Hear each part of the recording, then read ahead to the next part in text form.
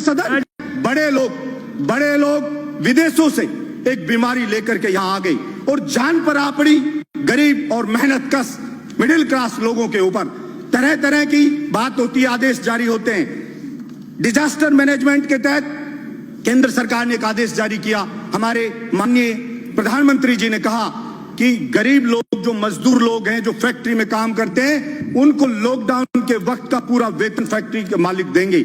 लेकिन एक भी गरीब को, हिंदुस्तान के को, अगर सच्चाई आप जानना चाहते हैं तो आपने बोला, और स्टेट गवर्नमेंट ने भी, मैं कोई पक्ष नहीं लूंगा, अगर गलती स्टेट गवर्नमेंट की होगी तो निश्चित रूप से छाती ठोक के विरोध भी करके मैं बोलूंगा कि यह चीज गलत है। हिंदुस्तान की सभी स्टेट गवर्नमेंट ने आदेश जारी कर दिया, डायरेक्शन जारी कर दिए कि हां सबको लॉकडाउन के वक्त का वेतन दिया जाएगा, लेकिन एक को भी नहीं मिला, एक भी आदमी को। इसलिए मैं मांग करता हूं इस सदन के अंदर कि आप कोई बिल लेके आए और आप बिल्कुल इस चीज के लिए स्ट्रिक्टली उसको जारी करवाएं। केवल बोलने से सस्ती लोकप्रियता हासिल करके पीछा नहीं छूटेगा। आप उस गरीब को उसका हक दिलाएं, उसको जो उसकी नौकरी छूट गई, निकाला जा रहा है, उसका वेतन नहीं मिल रहा है, उसको दिलाएं।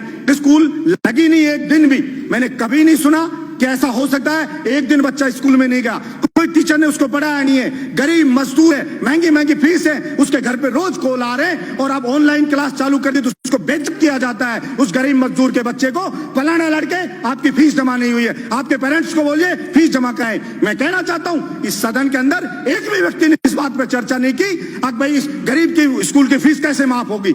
और सुप्रीम कोर्ट में गए, अभिभावक गए, तो सुप्रीम कोर्ट ने कहा हर स्टेट के अलग अलग चीजें प्रॉब्लम है, अलग अलग स्थिति, आप हाई कोर्ट में जाइए, वहां की गवर्नमेंट से बात करिए। लेकिन मैं कहना चाहता हूं, आपने बोल दिया, एक बार बोलने से नहीं होगा। मेरे बहरोड में बुला के सारे स्कूल मालिकों को कहा कि बलजीत यादव जिंदा है तब तक यहां पे कोई किसी की फीस नहीं ले सकता, गरीब मजदूर की। मेरी छाती पे चढ़ के फीस ले सकते हो, उसके लिए मुझे चाहे अरेस्ट कर लेना, चाहे कह देना कानून को नहीं मान रहा है, लेकिन कानून या तो बनाइए और नहीं बनाएंगे तो निश्चित रूप से अन्याय नहीं होने देंगे। हम लड़ेंगे और जनता की डिमांड होती है, वैसे ही कानून बनते हैं, बिगड़ते हैं, बनाए जाते हैं नहीं। इसलिए सरकार में मांग करता हूं कि ये कानून बिल लेके आए और उसको कहे। और अभी कई स्टेट ने किया, यूपी ने स्टेट ने किया, नहीं माना तो यूपी स्टेट ने एक बिल वो लेकर के आई, ऑर्डिनेंस जारी करवाया, self finance independent school act 2020। क्योंकि स्कूल मालिक को अगर आप कुछ नहीं कहोगे तो वो रुकेगा नहीं, केवल आपके भाषण से कहने से नहीं रुकेगा। आपको कोई भी ऑर्डिनेंस लेकर के आइए, जारी करिए, कोई एक्ट बनाइए तो आप कह सकते हो। ये कतई भी व्यवहारिक नहीं है कि एक दिन भी कोई स्कूल बच्चा गया नहीं और उससे फीस ली जाएगी। मकान किराया, सभापति महोदय, गरीब का, किसान का बेटा यहाँ कोचिंग करता, तैयारी करता है, वो बेचारा कॉलेज यूनिवर्सिटी में पढ़ता है, किराए पे मकान लेके रहता है। आपने लॉकडाउन कर दिया, वो अपने घर पे अटक गया, उसका सामान पड़ा है यहाँ पे मकान मालिक के पास। मकान मालिक कह रहा है कि मुझे किराया चाहिए लॉकडाउन के वक्त का भी। वो कैसे किराया दे? वो किसान, उस बेचारे के कमाई बंद, फसल उसकी उजड़ गई, मजदूर की फैक्ट्री में नौकरी छूट गई, सब कुछ बर्बाद हो गया उसका। और फिर उससे कह रहा बिजली का बिल आ रहा है, वो बिजली का बिल माफ करना चाहिए उसका। और वो मकान किराया, आप अगर कोई वास्तव में नीडी है, वास्तव में कोई गरीब है, मकान मालिक कि उसके सब कुछ उसी पर चलता है, तो सरकार सर्वे करवाए और केंद्र सरकार और स्टेट गवर्नमेंट मिलकर के वो मकान किराया दे। कोई बहुत ज्यादा किराया नहीं है। आप सैनिटाइजर छिड़का रहे हो, सब बातें करें, सैनिटाइजर छिड़को, कुछ नहीं होना सैनिटाइजर, पानी छिड़केंगे खा जाएंगे लोग बाग।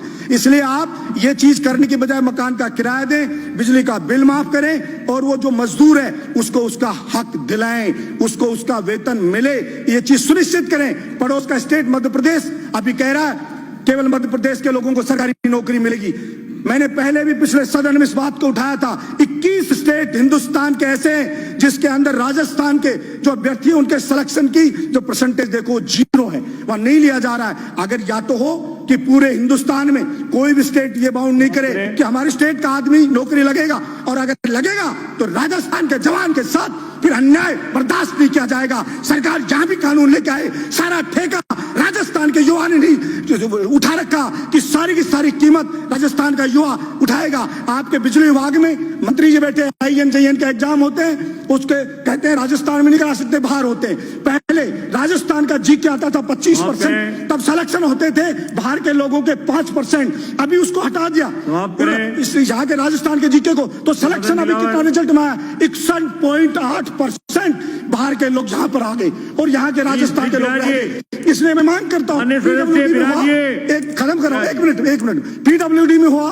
उसके अंदर जीके है राजस्थान की, उसमें 5% बाहर के लोग आए।